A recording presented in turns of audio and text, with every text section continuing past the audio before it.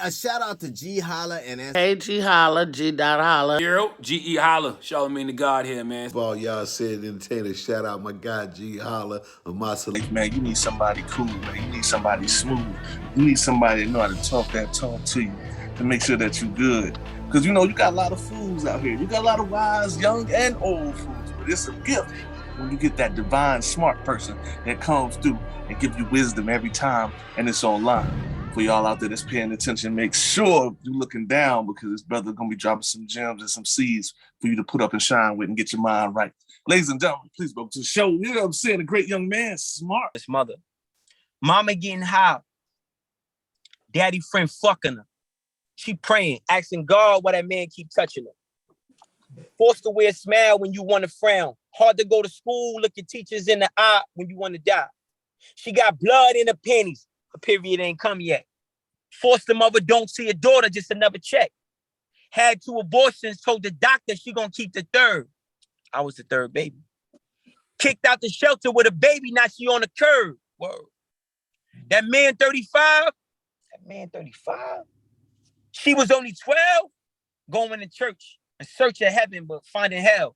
Oh, peace, black man. Listen, that introduction, man, might find its way on one of my albums, man. Okay. Okay.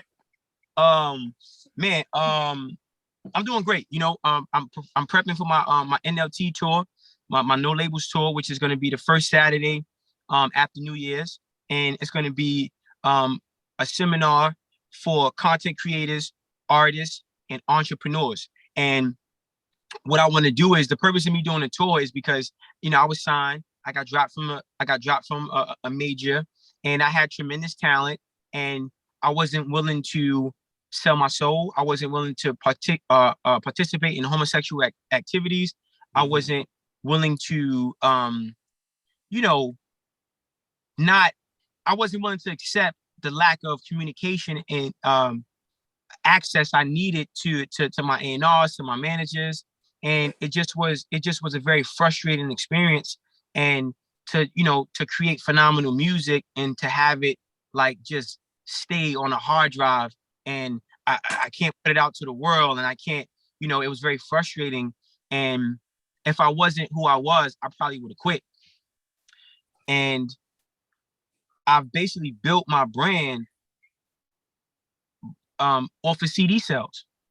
And as crazy as that sounds, I realized, and I found out by accident, that the CD is the vinyl for the artists, especially for rappers and hip hop artists. And we know vinyl is forever. And there's a nostalgic component to CDs that no matter how hard or how much marketing dollars record labels invest in creating streaming services and collaborations, they're never going to be able to erase or eradicate the nostalgia that comes with having a physical product that comes from an artist you love, that conveys a message that you relate to in melodic form. And I also heard once too, Dr. Phil and Bobby Hemmett, they talked about it. They said when they was making the music on carbon, that's what the vinyl is. It was sending out another frequency, a higher wave of energy. That's why when the music hit, it hit differently before it got to the CDs too. Right, for sure. I mean, 1,000,000%. And, record labels are very, and they have been, right?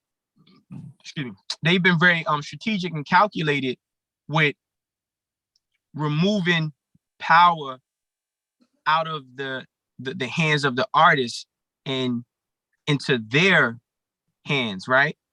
And trying to erase CDs was a strategy, was a catalyst for their market shift, right? Record labels know about streaming services since Napster, right? And Sean Parker was an early innovator, in that area. And isn't it ironic that Sean Parker was the co-founder of Spotify? Mm. Right? So that's good. That's some good stuff. Yeah, you know. This is what I'm talking about. This is what makes you, the smartest of the smart, the coolest of the cool, because we need to know that. Look at this as a visual documentation about your life. Right. 1,000,000%. And there's a timeline that a lot of artists aren't privy to. There's a timeline that a lot of artists are ignorant to because they don't study the history of business in the music industry. Right? Like we study the history of music.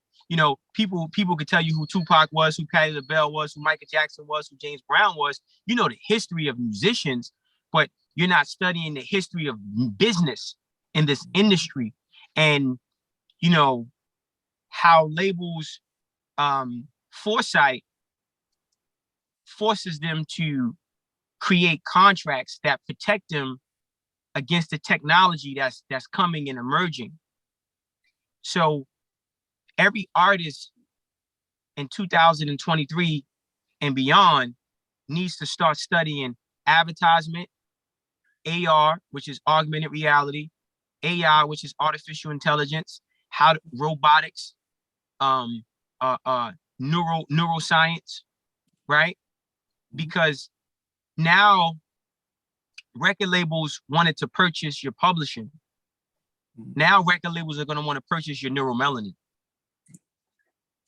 They already own your likeness. That's crazy, ain't it? Man, record labels, it was a big thing for record labels to acquire your publishing. Right? Man, this is the punchline for you, man. Oh my God. And I've never said this publicly. Record labels, corporations, and companies in the future, they are gonna want to own the neuromelanin of the artist. And they want to control the neuromelanin because our brain produces neuromelanin, right? And that is the key to our alchemy. Now, now alchemy is our ability